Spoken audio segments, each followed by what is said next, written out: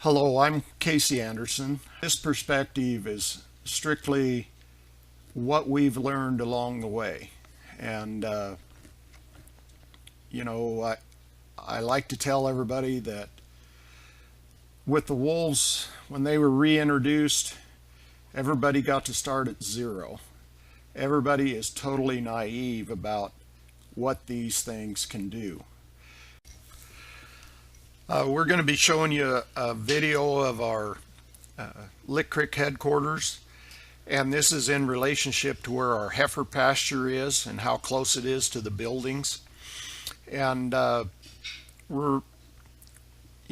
is kind of relates to how far the den site was approximately 6 miles away from this heifer pasture, and that wolf would travel that distance, you know, several times, around 2.5 hours to go that 6 miles. He'd usually show up after dark, be there midnight on, and most of our depredations occurred, most of our confirmed depredations occurred in that heifer pasture and in real close proximity to the headquarters. And that's simply because we were out in those cattle more and had the opportunity to catch those depredations early enough they were close enough to we could see them and actually get there to document them. This is our heifer calving area. There's about 640 acres out in here where quite a few of our depredations have occurred. And then a little further to the east, you'll see some other cattle. This whole area right here closest. There's been a lot of wolf activity through this whole area.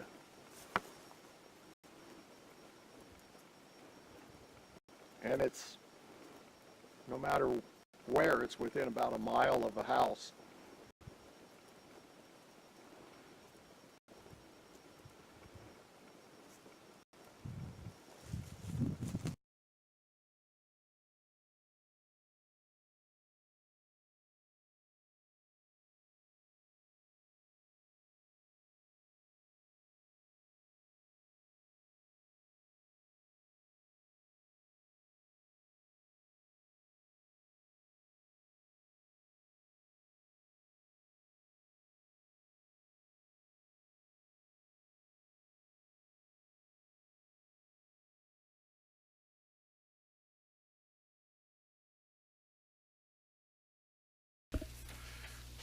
So this particular slide shows the GPS telemetry of this wolf, and shows the direction he traveled in basically a 2-week period, where he was leaving the den site, headed towards the heifer calving area, and also out on Rocky Comfort where we had some second calf heifers there. The den site shows really a lot of concentration where he spent time, and then there's other spots in there that shows different rendezvous sites also on the landscape. The thing is, this is one wolf in a pack of 12, and it was not the dominant male, it was not the alpha male. He was just a member of the pack traveling out to a reliable food source in our heifer calving area and taking food back to the den site. Our calving heifer area is approximately 640 acres, and so we were checking these heifers twice a day, early in the morning and in the afternoon towards evening. We try to gear our whole genetics and our whole thing to low inputs, so all the cattle are calved out on the natural range setting, which makes us vulnerable. But as we talked earlier, it doesn't matter if they're newborn calves or 400-pound calves or yearlings or cows or bulls. In '09, we had close to 20 confirmed depredations, we were 65 head of calves short off of our count. We had short 5 cows, a bull, and several yearlings uh, in 2009. So it was a substantial loss to the ranch, economic loss.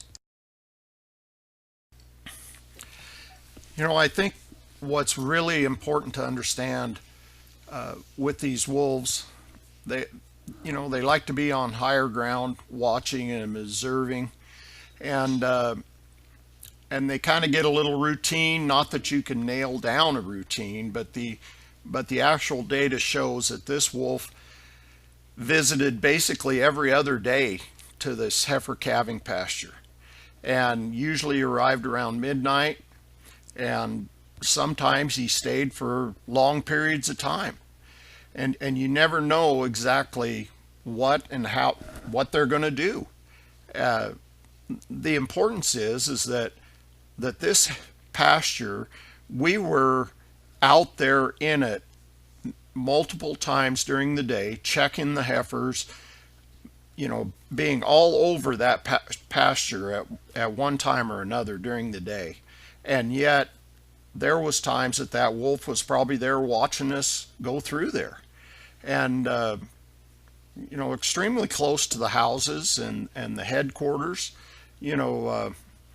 basically a mile in any direction from the farthest part of the pasture to the houses on 3 different sides of this pasture. So there's plenty of activity, but yet the wolf was still coming and using it as a smorgasbord.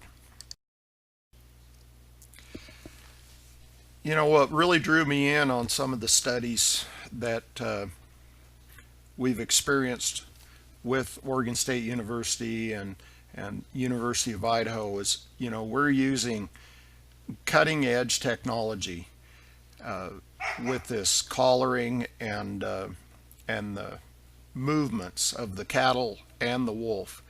And one of those things that really jumped out at us was the times when the wolf travels the most. And if you see by this chart, the most of the activity starts towards late evening through all the dark hours of the night and into the early morning.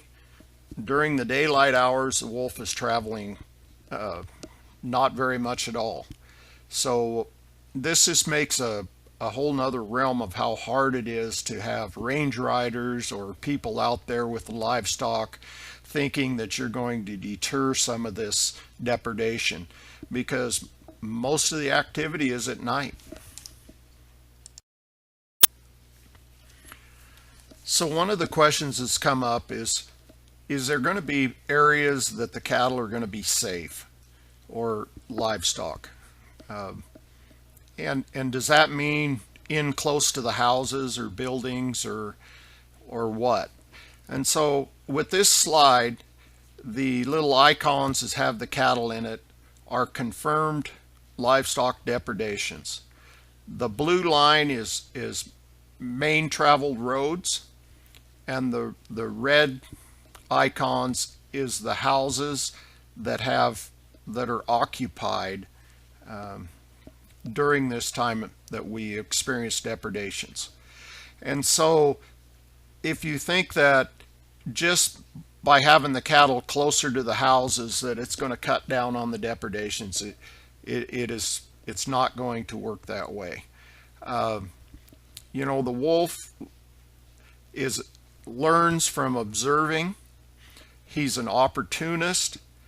If something comes by easy, he's going to feed on it. He is a apex predator living at the top of the food chain. And so it doesn't matter if they're in close to the houses or in your backyard. It doesn't matter. We've had wolf scat up at our lodge that's associated with the ranch, right in the orchard, basically in the yard of the lodge. And we have GPS data to show how close he's come into houses where the dogs and people and activity and everything else happens. As we were analyzing the data, the wolf movements, the question come up about the houses that are occupied and how close do those wolves come into those areas. And of course, we start seeing big clusters of GPS points, which will either represent the den site or rendezvous sites or ways they like to travel. But what we were really interested in is how close and how often they come into houses that are occupied with people and the activity, and maybe how long they'll stay at that time. And so this slide shows the Seven Devils Lodge, which is part of the OX Ranch. And it shows that the wolves came in within 500 meters 79 different times. And at one time, between June 17th and June 18th, they stayed for a 24-hour period, basically, within 500 meters of the lodge. And it just so happens that we have guests at the lodge. We have a family that takes care of the lodge that's got 3 small boys.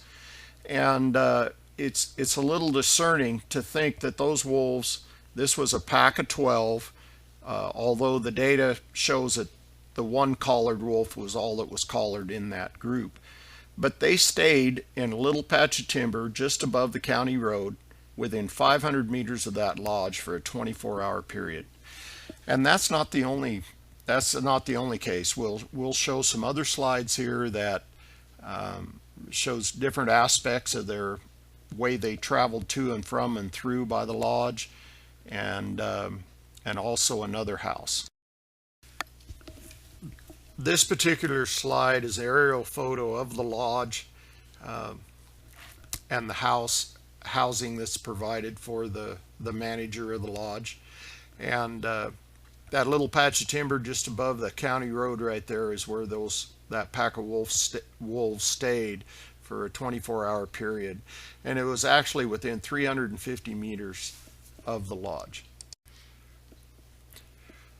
In this slide just shows a different aspect of where the wolves stayed in that small patch of timber in relationship to the lodge and the houses there.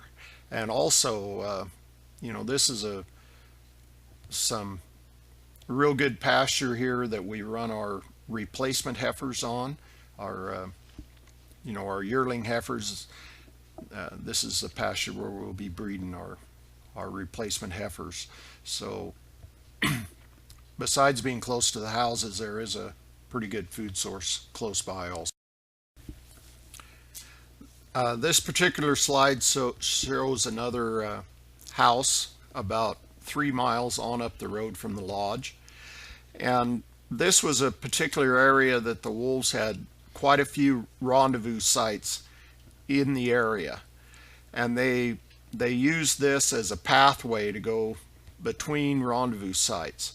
This house had 307 visits within 500 meters.